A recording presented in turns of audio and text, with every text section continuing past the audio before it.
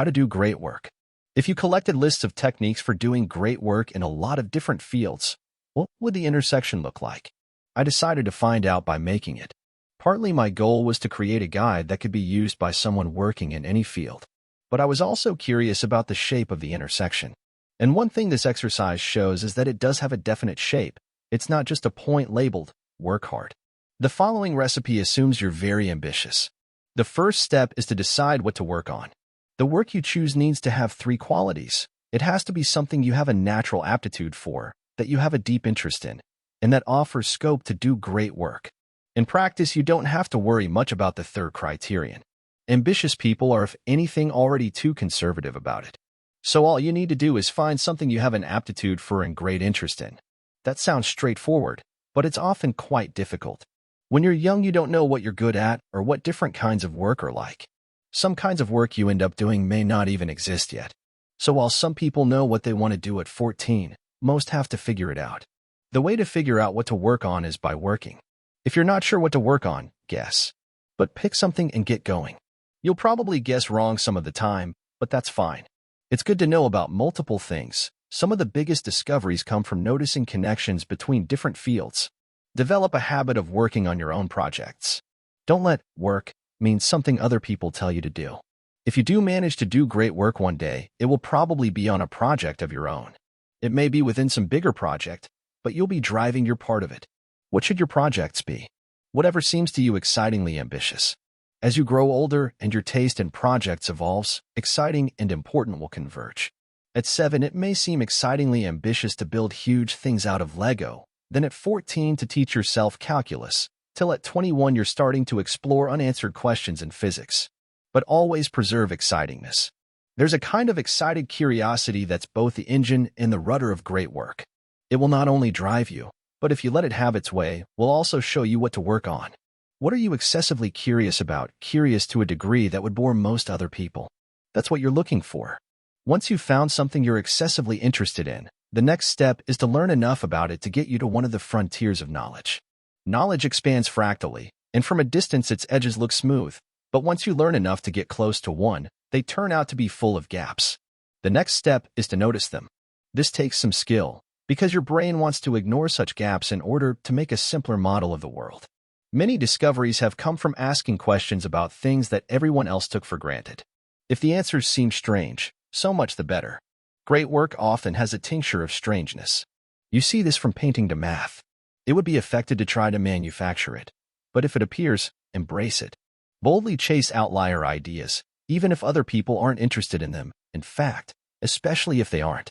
If you're excited about some possibility that everyone else ignores, and you have enough expertise to say precisely what they're all overlooking, that's as good a bet as you'll find. For steps, choose a field, learn enough to get to the frontier, notice gaps, explore promising ones. This is how practically everyone who's done great work has done it, from painters to physicists. Steps 2 and 4 will require hard work. It may not be possible to prove that you have to work hard to do great things, but the empirical evidence is on the scale of the evidence for mortality. That's why it's essential to work on something you're deeply interested in. Interest will drive you to work harder than mere diligence ever could. The three most powerful motives are curiosity, delight, and the desire to do something impressive.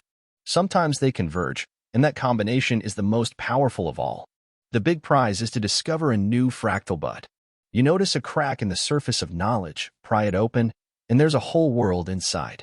Let's talk a little more about the complicated business of figuring out what to work on.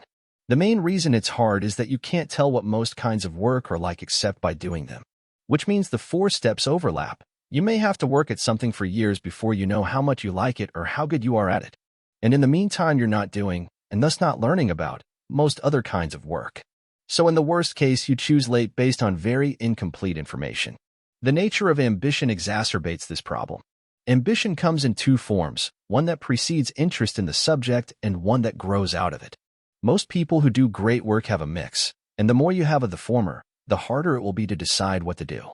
The educational systems in most countries pretend it's easy. They expect you to commit to a field long before you could know what it's really like. And as a result, an ambitious person on an optimal trajectory will often read to the system as an instance of breakage. It would be better if they at least admitted it, if they admitted that the system not only can't do much to help you figure out what to work on, but is designed on the assumption that you'll somehow magically guess as a teenager. They don't tell you, but I will. When it comes to figuring out what to work on, you're on your own. Some people get lucky and do guess correctly, but the rest will find themselves scrambling diagonally across tracks laid down on the assumption that everyone does. What should you do if you're young and ambitious but don't know what to work on? What you should not do is drift along passively, assuming the problem will solve itself. You need to take action. But there is no systematic procedure you can follow. When you read biographies of people who've done great work, it's remarkable how much luck is involved. They discover what to work on as a result of a chance meeting, or by reading a book they happen to pick up. So you need to make yourself a big target for luck, and the way to do that is to be curious. Try lots of things, meet lots of people, read lots of books, ask lots of questions. When in doubt, optimize for interestingness. Fields change as you learn more about them. What mathematicians do, for example, is very different from what you do in high school math classes. So you need to give different types of work a chance to show you what they're like. But a field should become increasingly interesting as you learn more about it. If it doesn't, it's probably not for you. Don't worry if you find you're interested in different things than other people. The stranger your taste and interestingness, the better. Strange tastes are often strong ones, and a strong taste for work means you'll be productive. And you're more likely to find new things if you're looking where few have looked before. One sign that you're suited for some kind of work is when you like even the parts that other people find tedious or frightening. But fields aren't people. You don't owe them any loyalty. If in the course of working on one thing you discover another that's more exciting, don't be afraid to switch. If you're making something for people, make sure it's something they actually want. The best way to do this is to make something you yourself want. Write the story you want to read. Build the tool you want to use.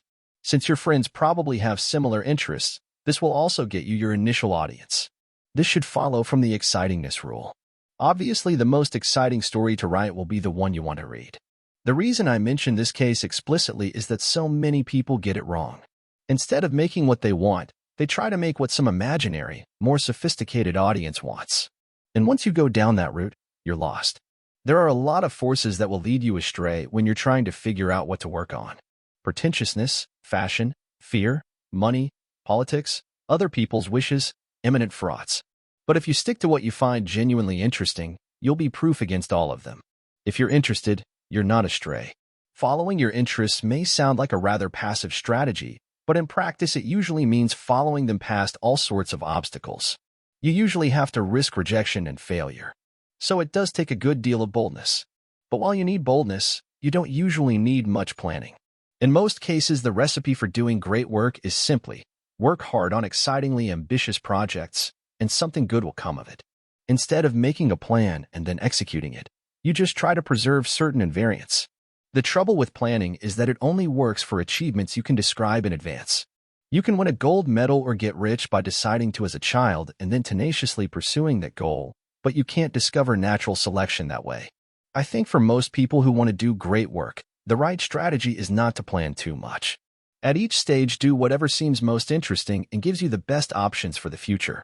I call this approach staying upwind. This is how most people who've done great work seem to have done it. Even when you've found something exciting to work on, working on it is not always straightforward. There will be times when some new idea makes you leap out of bed in the morning and get straight to work. But there will also be plenty of times when things aren't like that. You don't just put out your sail and get blown forward by inspiration. There are headwinds and currents and hidden shoals. So there's a technique to working, just as there is to sailing. For example, while you must work hard, it's possible to work too hard. And if you do that, you'll find you get diminishing returns. Fatigue will make you stupid, and eventually even damage your health. The point at which work yields diminishing returns depends on the type. Some of the hardest types you might only be able to do for 4 or 5 hours a day. Ideally, those hours will be contiguous. To the extent you can, try to arrange your life so you have big blocks of time to work in. You'll shy away from hard tasks if you know you might be interrupted. It will probably be harder to start working than to keep working. You'll often have to trick yourself to get over that initial threshold. Don't worry about this. It's the nature of work, not a flaw in your character. Work has a sort of activation energy, both per day and per project. And since this threshold is fake in the sense that it's higher than the energy required to keep going, it's okay to tell yourself a lie of corresponding magnitude to get over it. It's usually a mistake to lie to yourself if you want to do great work. but this is one of the rare cases where it isn't. When I'm reluctant to start work in the morning, I often trick myself by saying, I'll just read over what I've got so far. 5 minutes later, I've found something that seems mistaken or incomplete, and I'm off. Similar techniques work for starting new projects. It's okay to lie to yourself about how much work a project will entail. For example, lots of great things began with someone saying, how hard could it be? This is one case where the young have an advantage. They're more optimistic, and even though one of the sources of their optimism is ignorance, in this case ignorance can sometimes beat knowledge. Try to finish what you start, though, even if it turns out to be more work than you expected. Finishing things is not just an exercise in tidiness or self-discipline. In many projects, a lot of the best work happens in what was meant to be the final stage. Another permissible lie is to exaggerate the importance of what you're working on, at least in your own mind. If that helps you discover something new, it may turn out not to have been a lie after all. Since there are two senses of starting work, per day and per project, there are also two forms of procrastination. Per project procrastination is far the more dangerous. You put off starting that ambitious project from year to year because the time isn't quite right. When you're procrastinating in units of years, you can get a lot not done. One reason per project procrastination is so dangerous is that it usually camouflages itself as work. You're not just sitting around doing nothing. You're working industriously on something else. So per project procrastination doesn't set off the alarms that per day procrastination does. You're too busy to notice it. The way to beat it is to stop occasionally and ask yourself, am I working on what I most want to work on? When you're young, it's okay if the answer is sometimes no, but this gets increasingly dangerous as you get older. Great work usually entails spending what would seem to most people an unreasonable amount of time on a problem. You can't think of this time as a cost, or it will seem too high. You have to find the work sufficiently engaging as it's happening. There may be some jobs where you have to work diligently for years at things you hate before you get to the good part, but this is not how great work happens. Great work happens by focusing consistently on something you're genuinely interested in. When you pause to take stock, you're surprised how far you've come. The reason we're surprised is that we underestimate the cumulative effect of work. Writing a page a day doesn't sound like much, but if you do it every day, you'll write a book a year. That's the key: consistency. People who do great things don't get a lot done every day. They get something done, rather than nothing. If you do work that compounds, you'll get exponential growth. Most people who do this do it unconsciously, but it's worth stopping to think about. Learning, for example, is an instance of this phenomenon. The more you learn about something, the easier it is to learn more. Growing an audience is another. The more fans you have, the more new fans they'll bring you. The trouble with exponential growth is that the curve feels flat in the beginning. It isn't. It's still a wonderful exponential curve. But we can't grasp that intuitively, so we underrate exponential growth in its early stages. Something that grows exponentially can become so valuable that it's worth making an extraordinary effort to get it started. But since we underrate exponential growth early on, this too is mostly done unconsciously. People push through the initial, unrewarding phase of learning something new because they know from experience that learning new things always takes an initial push. Or they grow their audience one fan at a time because they have nothing better to do. If people consciously realized they could invest in exponential growth, many more would do it. Work doesn't just happen when you're trying to. There's a kind of undirected thinking you do when walking or taking a shower or lying in bed that can be very powerful. By letting your mind wander a little, you'll often solve problems you were unable to solve by frontal attack. You have to be working hard in the normal way to benefit from this phenomenon, though. You can't just walk around daydreaming. The daydreaming has to be interleaved with deliberate work that feeds it questions. Everyone knows to avoid distractions at work, but it's also important to avoid them in the other half of the cycle. When you let your mind wander, it wanders to whatever you care about most at that moment. So avoid the kind of distraction that pushes your work out of the top spot, or you'll waste this valuable type of thinking on the distraction instead. Exception: don't avoid love. Consciously cultivate your taste in the work done in your field. Until you know which is the best and what makes it so, you don't know what you're aiming for. And that is what you're aiming for, because if you don't try to be the best, you won't even be good. This observation has been made by so many people in so many different fields that it might be worth thinking about why it's true. It could be because ambition is a phenomenon where almost all the error is in one direction, where almost all the shells that miss the target miss by falling short. Or it could be because ambition to be the best is a qualitatively different thing from ambition to be good. Or maybe being good is simply too vague a standard. Probably all three are true. Fortunately, there's a kind of economy of scale here.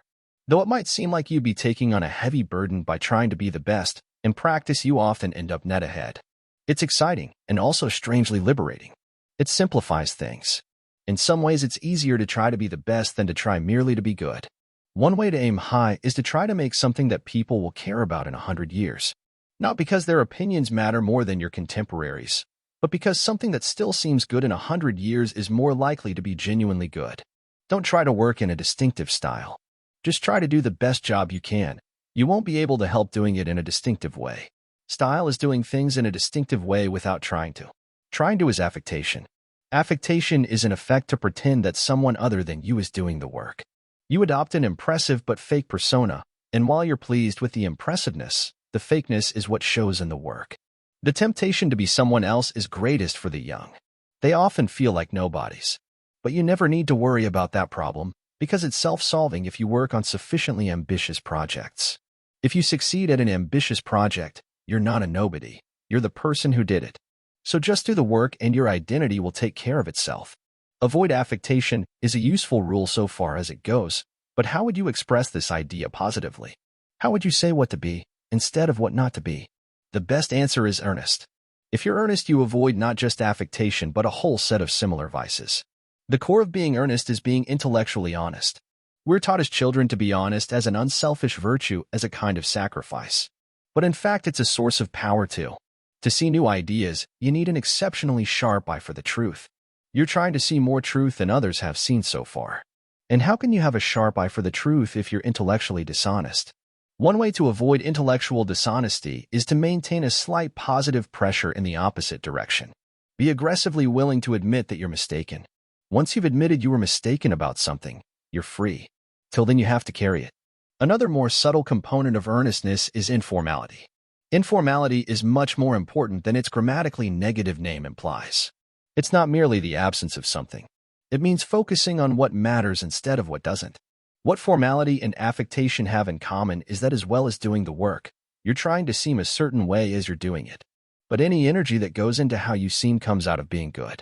That's one reason nerds have an advantage in doing great work. They expend little effort on seeming anything.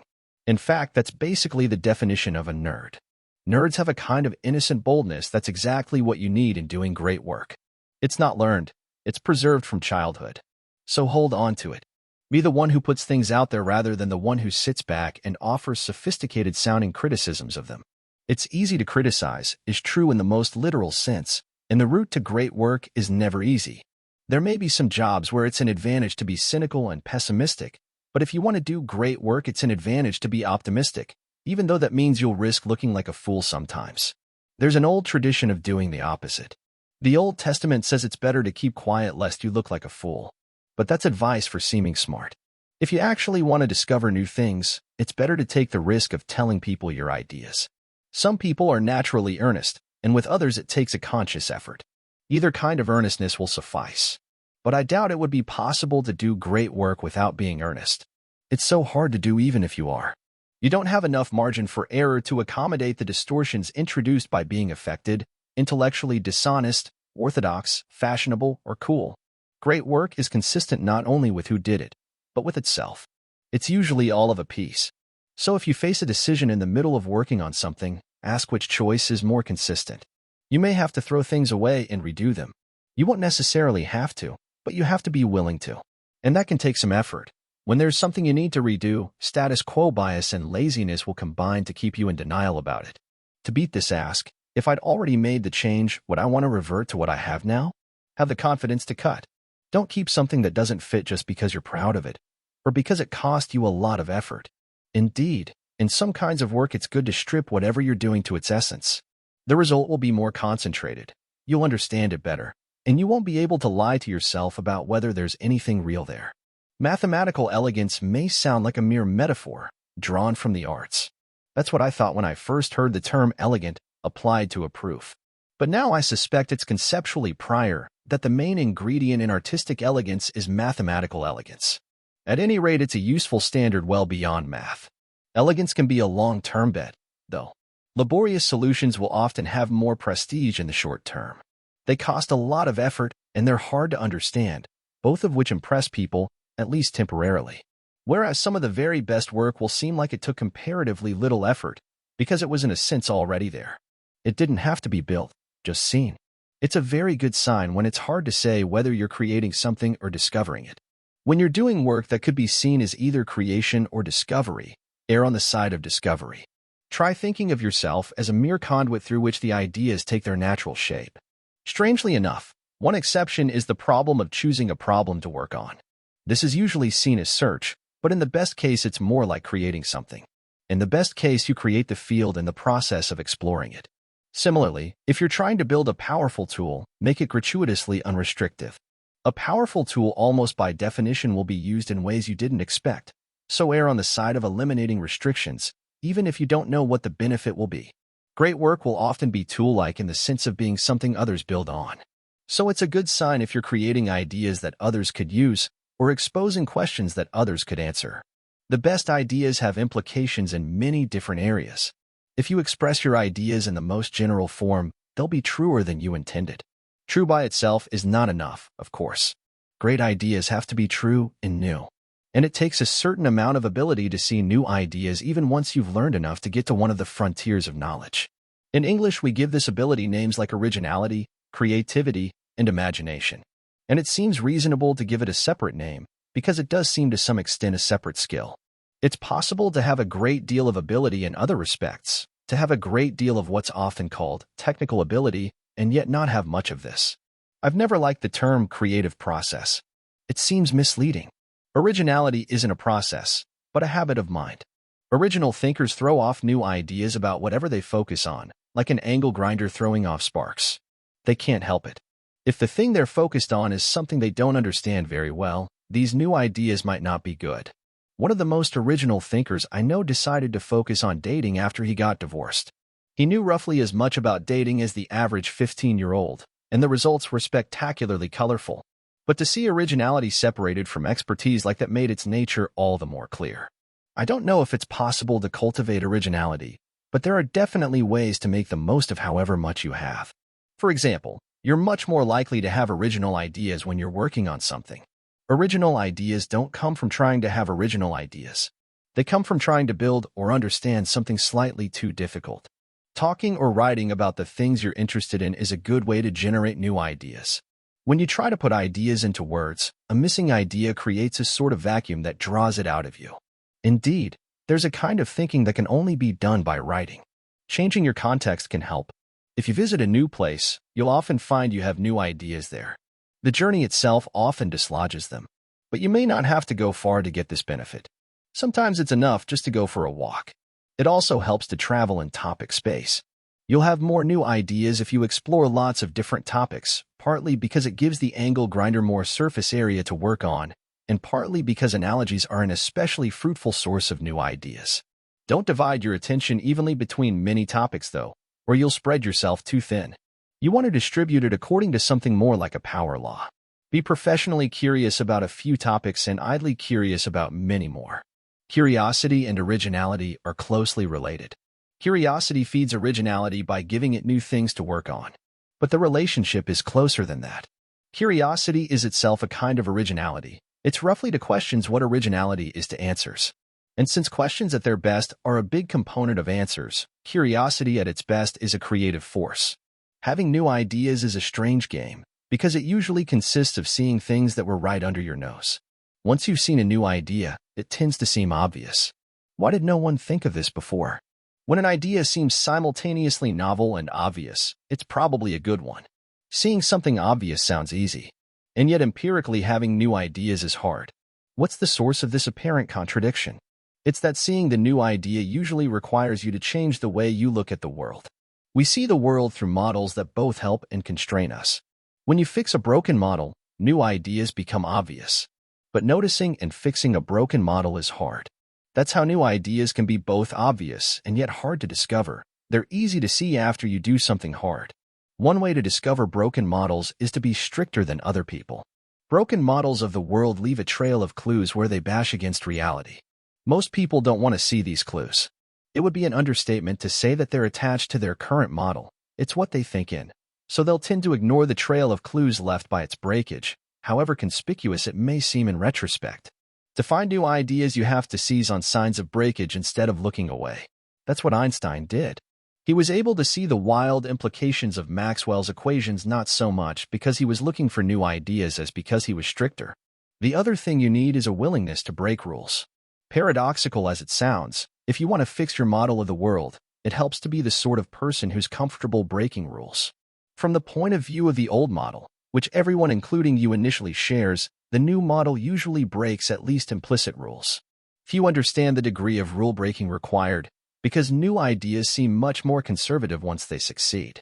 They seem perfectly reasonable once you're using the new model of the world they brought with them. But they didn't at the time. It took the greater part of a century for the heliocentric model to be generally accepted, even among astronomers, because it felt so wrong. Indeed, if you think about it, a good new idea has to seem bad to most people, or someone would have already explored it. So what you're looking for is ideas that seem crazy, but the right kind of crazy. How do you recognize these? You can't with certainty. Often ideas that seem bad are bad, but ideas that are the right kind of crazy tend to be exciting. They're rich in implications, whereas ideas that are merely bad tend to be depressing. There are two ways to be comfortable breaking rules: to enjoy breaking them and to be indifferent to them. I call these two cases being aggressively and passively independent-minded. The aggressively independent-minded are the naughty ones. Rules don't merely fail to stop them. Breaking rules gives them additional energy. For this sort of person, delight at the sheer audacity of a project sometimes supplies enough activation energy to get it started. The other way to break rules is not to care about them, or perhaps even to know they exist. This is why novices and outsiders often make new discoveries. Their ignorance of a field's assumptions acts as a source of temporary passive independent-mindedness. Aspies also seem to have a kind of immunity to conventional beliefs. Several I know say that this helps them to have new ideas. Strictness plus rule-breaking sounds like a strange combination. In popular culture, they're opposed. But popular culture has a broken model in this respect.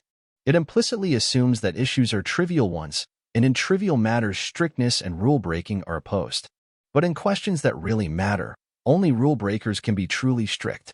An overlooked idea often doesn't lose till the semifinals. You do see it, subconsciously, but then another part of your subconscious shoots it down because it would be too weird, too risky, too much work, too controversial. This suggests an exciting possibility. If you could turn off such filters, you could see more new ideas. One way to do that is to ask what would be good ideas for someone else to explore. Then your subconscious won't shoot them down to protect you. You could also discover overlooked ideas by working in the other direction, by starting from what's obscuring them. Every cherished but mistaken principle is surrounded by a dead zone of valuable ideas that are unexplored because they contradict it. Religions are collections of cherished but mistaken principles. So anything that can be described either literally or metaphorically as a religion will have valuable unexplored ideas in its shadow. Copernicus and Darwin both made discoveries of this type. What are people in your field religious about? In the sense of being too attached to some principle that might not be as self-evident as they think. What becomes possible if you discard it? People show much more originality in solving problems than in deciding which problems to solve. Even the smartest can be surprisingly conservative when deciding what to work on. People who'd never dream of being fashionable in any other way get sucked into working on fashionable problems. One reason people are more conservative when choosing problems than solutions is that problems are bigger bets. A problem could occupy you for years, while exploring a solution might only take days. But even so, I think most people are too conservative. They're not merely responding to risk, but to fashion as well. Unfashionable problems are undervalued. One of the most interesting kinds of unfashionable problem is the problem that people think has been fully explored, but hasn't. Great work often takes something that already exists and shows its latent potential. Dürer and Watt both did this. So if you're interested in a field that others think is tapped out, don't let their skepticism deter you. People are often wrong about this. Working on an unfashionable problem can be very pleasing. There's no hype or hurry. Opportunists and critics are both occupied elsewhere. The existing work often has an old-school solidity, and there's a satisfying sense of economy in cultivating ideas that would otherwise be wasted. But the most common type of overlooked problem is not explicitly unfashionable in the sense of being out of fashion. It just doesn't seem to matter as much as it actually does. How do you find these? By being self-indulgent, by letting your curiosity have its way, and tuning out, at least temporarily, the little voice in your head that says you should only be working on important problems. You do need to work on important problems, but almost everyone is too conservative about what counts as one. And if there's an important but overlooked problem in your neighborhood, it's probably already on your subconscious radar screen. So try asking yourself, if you were going to take a break from serious work to work on something just because it would be really interesting, what would you do? The answer is probably more important than it seems. Originality in choosing problems seems to matter even more than originality in solving them. That's what distinguishes the people who discover whole new fields. So what might seem to be merely the initial step, deciding what to work on, is in a sense the key to the whole game. Few grasp this. One of the biggest misconceptions about new ideas is about the ratio of question to answer in their composition. People think big ideas are answers, but often the real insight was in the question. Part of the reason we underrate questions is the way they're used in schools. In schools, they tend to exist only briefly before being answered, like unstable particles. But a really good question can be much more than that. A really good question is a partial discovery. How do new species arise? Is the force that makes objects fall to Earth the same as the one that keeps planets in their orbits? By even asking such questions, you are already in excitingly novel territory. Unanswered questions can be uncomfortable things to carry around with you. But the more you're carrying, the greater the chance of noticing a solution, or perhaps even more excitingly, noticing that two unanswered questions are the same. Sometimes you carry a question for a long time. Great work often comes from returning to a question you first noticed years before, in your childhood, even, and couldn't stop thinking about. People talk a lot about the importance of keeping your youthful dreams alive, but it's just as important to keep your youthful questions alive. This is one of the places where actual expertise differs most from the popular picture of it. In the popular picture, experts are certain. But actually, the more puzzled you are, the better, so long as A, the things you're puzzled about matter, and B, no one else understands them either. Think about what's happening at the moment just before a new idea is discovered. Often someone with sufficient expertise is puzzled about something, which means that originality consists partly of puzzlement, of confusion. You have to be comfortable enough with the world being full of puzzles that you're willing to see them, but not so comfortable that you don't want to solve them. It's a great thing to be rich in unanswered questions. And this is one of those situations where the rich get richer, because the best way to acquire new questions is to try answering existing ones. Questions don't just lead to answers, but also to more questions. The best questions grow in the answering. You notice a thread protruding from the current paradigm and try pulling on it, and it just gets longer and longer. So don't require a question to be obviously big before you try answering it. You can rarely predict that. It's hard enough even to notice the thread, let alone to predict how much will unravel if you pull on it. It's better to be promiscuously curious, to pull a little bit on a lot of threads, and see what happens. Big things start small. The initial versions of big things were often just experiments, or side projects, or talks, which then grew into something bigger. So start lots of small things. Being prolific is underrated. The more different things you try, the greater the chance of discovering something new. Understand, though, that trying lots of things will mean trying lots of things that don't work.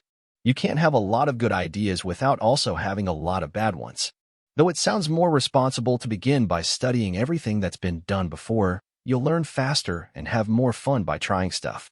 And you'll understand previous work better when you do look at it. So err on the side of starting, which is easier when starting means starting small. Those two ideas fit together like two puzzle pieces. How do you get from starting small to doing something great? By making successive versions. Great things are almost always made in successive versions. You start with something small and evolve it, and the final version is both cleverer and more ambitious than anything you could have planned. It's particularly useful to make successive versions when you're making something for people, to get an initial version in front of them quickly, and then evolve it based on their response. Begin by trying the simplest thing that could possibly work. Surprisingly often, it does. If it doesn't, this will at least get you started. Don't try to cram too much new stuff into any one version. There are names for doing this, with the first version taking too long to ship, and the second system effect, but these are both merely instances of a more general principle. An early version of a new project will sometimes be dismissed as a toy. It's a good sign when people do this. That means it has everything a new idea needs except scale, and that tends to follow. The alternative to starting with something small and evolving it is to plan in advance what you're going to do. And planning is usually seen the more responsible choice.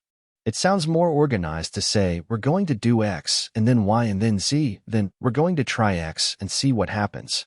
And it is more organized. It just doesn't work as well. Planning per se isn't good. It's sometimes necessary, but it's a necessary evil, a response to unforgiving conditions. It's something you have to do because you're working with inflexible media, or because you need to coordinate the efforts of a lot of people.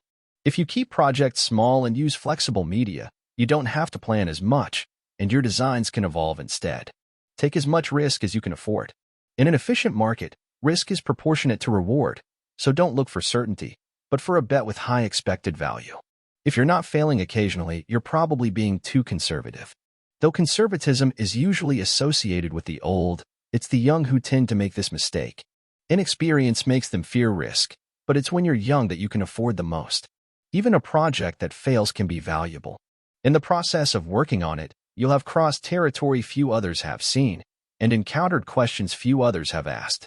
And there's probably no better source of questions than the ones you encounter in trying to do something slightly too hard. Use the advantages of youth when you have them, and the advantages of age once you have those. The advantages of youth are energy, time, optimism, and freedom. The advantages of age are knowledge, efficiency, money, and power. With effort, you can acquire some of the latter when young and keep some of the former when old. The old also have the advantage of knowing which advantages they have. The young often have them without realizing it. The biggest is probably time. The young have no idea how rich they are in time. The best way to turn this time to advantage is to use it in slightly frivolous ways, to learn about something you don't need to know about, just out of curiosity, or to try building something just because it would be cool, or to become freakishly good at something. That slightly is an important qualification. Spend time lavishly when you're young, but don't simply waste it. There's a big difference between doing something you worry might be a waste of time and doing something you know for sure will be. The former is at least a bet, and possibly a better one than you think. The most subtle advantage of youth, or more precisely of inexperience, is that you're seeing everything with fresh eyes. When your brain embraces an idea for the first time, sometimes the two don't fit together perfectly. Usually the problem is with your brain, but occasionally it's with the idea. A piece of it sticks out awkwardly and jabs you when you think about it. People who are used to the idea have learned to ignore it, but you have the opportunity not to. So when you're learning about something for the first time, pay attention to things that seem wrong or missing. You'll be tempted to ignore them, since there's a 99% chance the problem is with you. And you may have to set aside your misgivings temporarily to keep progressing. But don't forget about them. When you've gotten further into the subject, come back and check if they're still there. If they're still viable in the light of your present knowledge, they probably represent an undiscovered idea. One of the most valuable kinds of knowledge you get from experience is to know what you don't have to worry about. The young know all the things that could matter, but not their relative importance. So they worry equally about everything, when they should worry much more about a few things and hardly at all about the rest. But what you don't know is only half the problem with an experience. The other half is what you do know that ain't so. You arrive at adulthood with your head full of nonsense, bad habits you've acquired and false things you've been taught, and you won't be able to do great work till you clear away at least the nonsense in the way of whatever type of work you want to do. Much of the nonsense left in your head is left there by schools. We're so used to schools that we unconsciously treat going to school as identical with learning, but in fact schools have all sorts of strange qualities that warp our ideas about learning and thinking. For example, schools induce passivity. Since you were a small child, there was an authority at the front of the class telling all of you what you had to learn and then measuring whether you did. But neither classes nor tests are intrinsic to learning. They're just artifacts of the way schools are usually designed. The sooner you overcome this passivity, the better. If you're still in school, try thinking of your education as your project, and your teachers as working for you rather than vice versa. That may seem a stretch, but it's not merely some weird thought experiment. It's the truth, economically, and in the best case it's the truth intellectually as well. The best teachers don't want to be your bosses. They'd prefer it if you pushed ahead, using them as a source of advice, rather than being pulled by them through the material. Schools also give you a misleading impression of what work is like. In school they tell you what the problems are, and they're almost always soluble using no more than you've been taught so far. In real life you have to figure out what the problems are, and you often don't know if they're soluble at all. But perhaps the worst thing schools do to you is train you to win by hacking the test. You can't do great work by doing that. You can't trick God. So stop looking for that kind of shortcut. The way to beat the system is to focus on problems and solutions that others have overlooked, not to skimp on the work itself. Don't think of yourself as dependent on some gatekeeper giving you a big break. Even if this were true, the best way to get it would be to focus on doing good work rather than chasing influential people. And don't take rejection by committees to heart. The qualities that impress admissions officers and prize committees are quite different from those required to do great work. The decisions of selection committees are only meaningful to the extent that they're part of a feedback loop, and very few are. People new to a field will often copy existing work. There's nothing inherently bad about that. There's no better way to learn how something works than by trying to reproduce it. Nor does copying necessarily make your work unoriginal. Originality is the presence of new ideas, not the absence of old ones. There's a good way to copy and a bad way. If you're going to copy something, do it openly instead of furtively, or worse still, unconsciously. This is what's meant by the famously misattributed phrase, great artists steal. The really dangerous kind of copying, the kind that gives copying a bad name, is the kind that's done without realizing it, because you're nothing more than a train running on tracks laid down by someone else. But at the other extreme, copying can be a sign of superiority rather than subordination. In many fields, it's almost inevitable that your early work will be in some sense based on other people's. Projects rarely arise in a vacuum. They're usually a reaction to previous work. When you're first starting out, you don't have any previous work. If you're going to react to something, it has to be someone else's. Once you're established, you can react to your own. But while the former gets called derivative and the latter doesn't, structurally the two cases are more similar than they seem. Oddly enough, the very novelty of the most novel ideas sometimes makes them seem at first to be more derivative than they are. New discoveries often have to be conceived initially as variations of existing things, even by their discoverers, because there isn't yet the conceptual vocabulary to express them.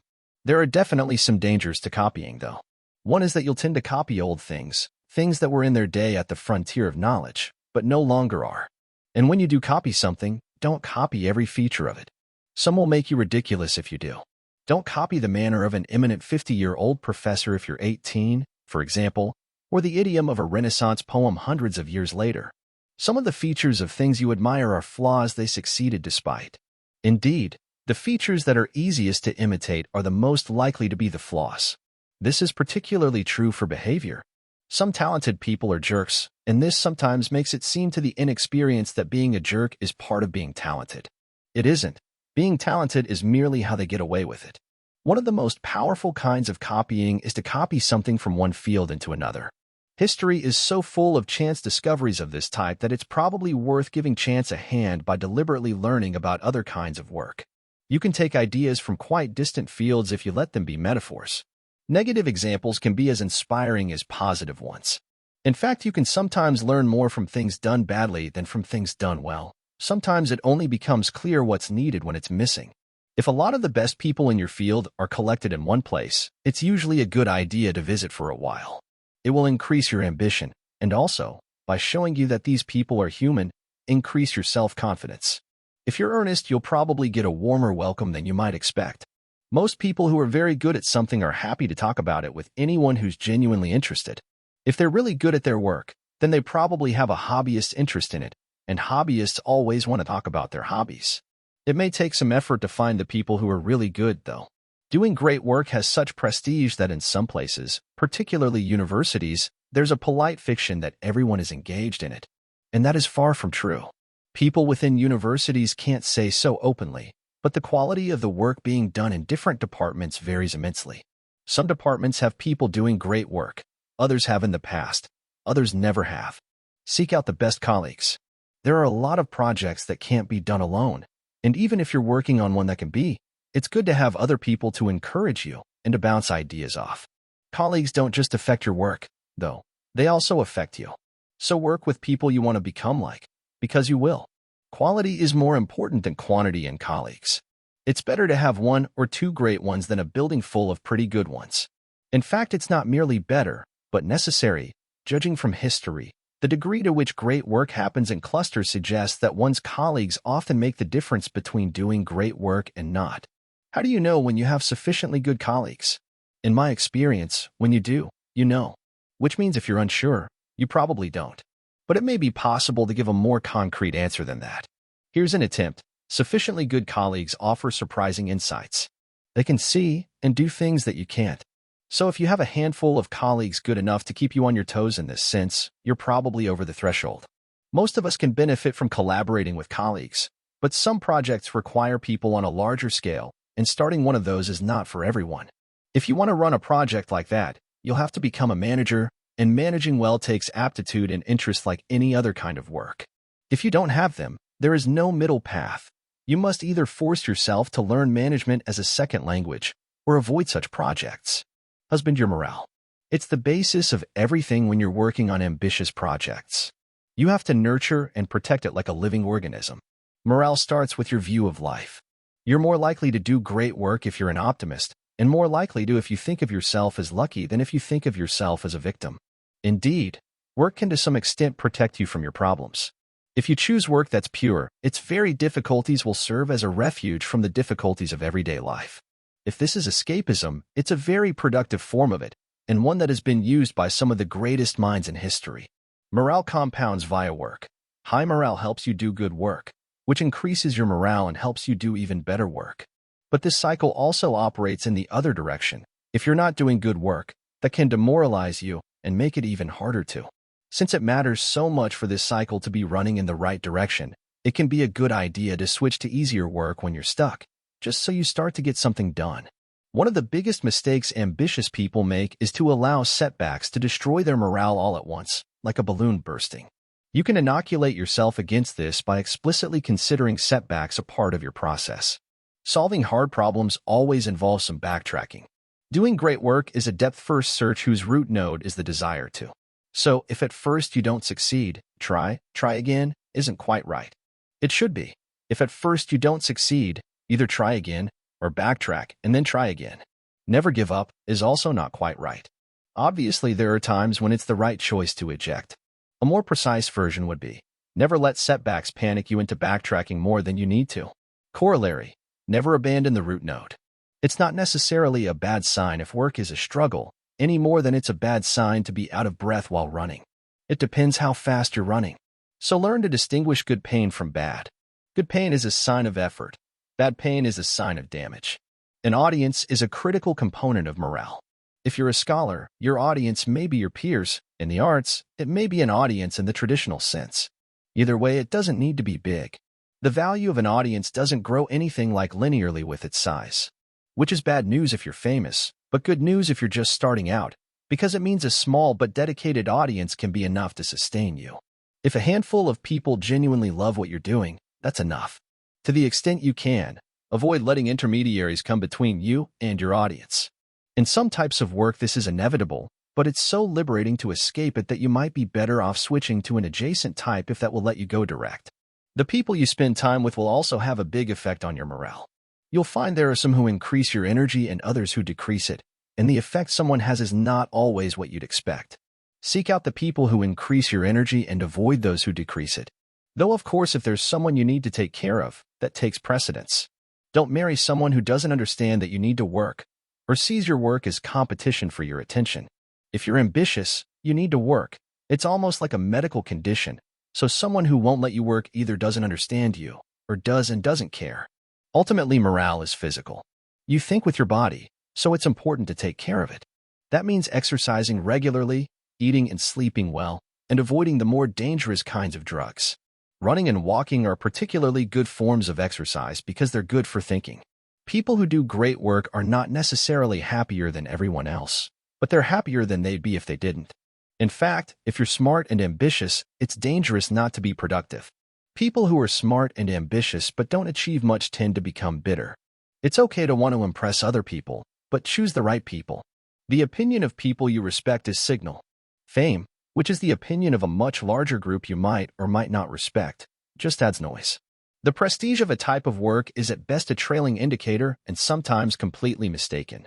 If you do anything well enough, you'll make it prestigious. So the question to ask about a type of work is not how much prestige it has, but how well it could be done. Competition can be an effective motivator, but don't let it choose the problem for you. Don't let yourself get drawn into chasing something just because others are. In fact, don't let competitors make you do anything much more specific than work harder. Curiosity is the best guide.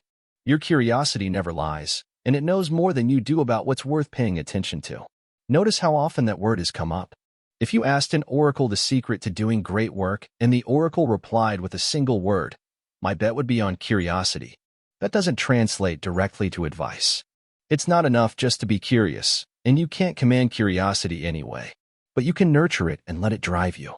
Curiosity is the key to all 4 steps in doing great work.